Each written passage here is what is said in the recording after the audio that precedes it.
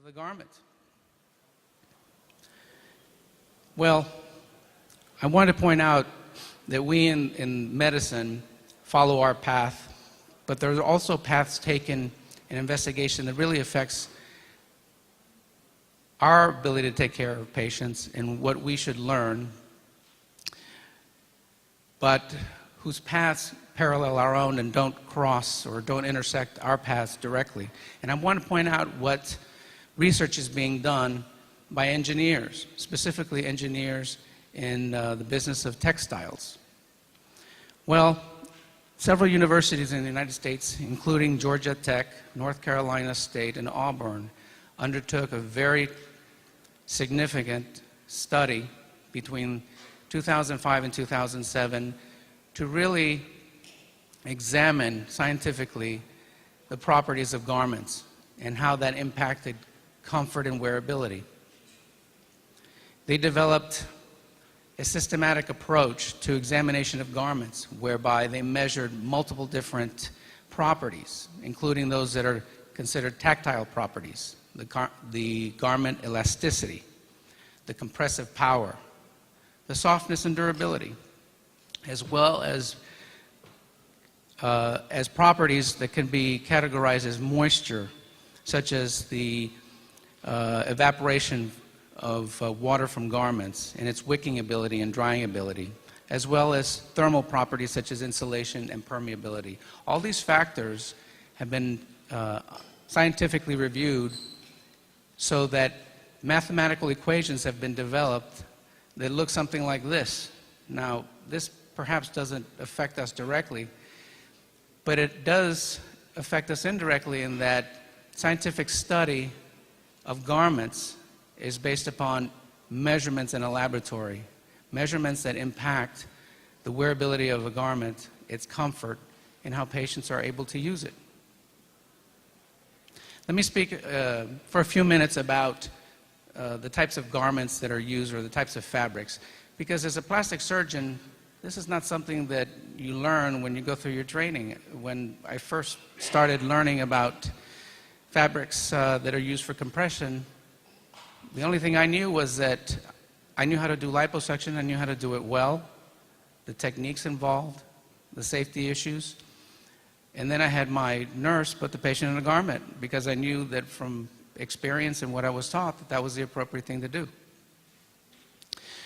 But medical fabrics actually can be broken down into different types. There are woven garments and knitted garments. I want to say that woven garments are garments in which the fibers crisscross each other at right angles to each other. They do the job of compression very well. Unfortunately, they're also very expensive to manufacture. So most of the garments that we use, if not all of them, are knitted garments. And knitted garments can be divided into, and by knitted garments I mean that the garments are designed in such a way that the fibers that make them up follow, rather than straight paths, looping paths. And the way that the loops occur can follow many different directions. Warp is a type of knitted garment that follows a direction that you see here. The warp type of knitting, in the warp type of knitting, the garment fibers tend to follow a vertical direction, whereas in weft knitting, they follow a horizontal one. And within the warp knitted garments, which are used for compression garments, there are tricot and Rochelle knitted garments. It's the Rochelle ones that really are the ones that make up the compression garments that are used today and that have always been used traditionally.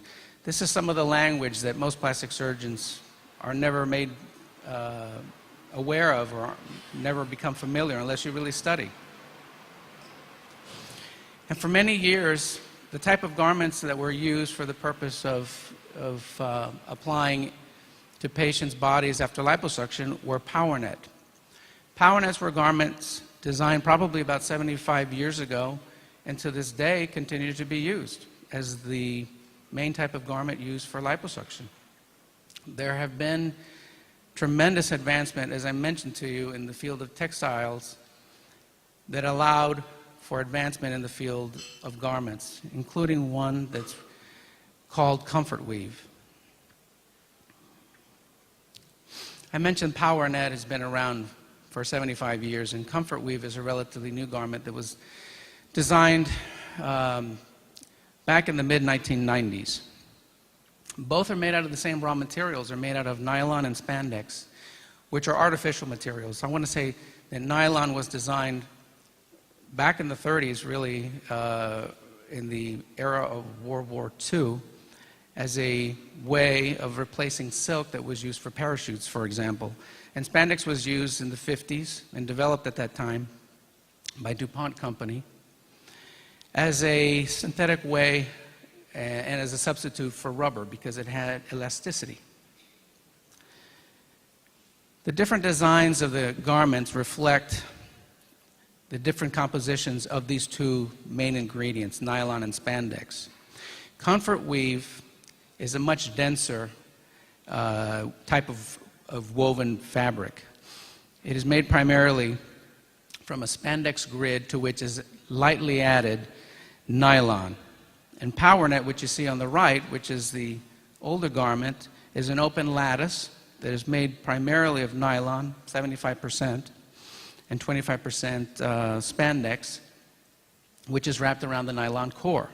So here you see microscopically the two different fabrics that we're talking about. And here you see what the fabrics look like. As I mentioned, PowerNet is the much older fabric that's been around for many years, and the majority of manufacturers of these garments, including Design Veronique, Caramed, Jopes, etc., use PowerNet as their fabric.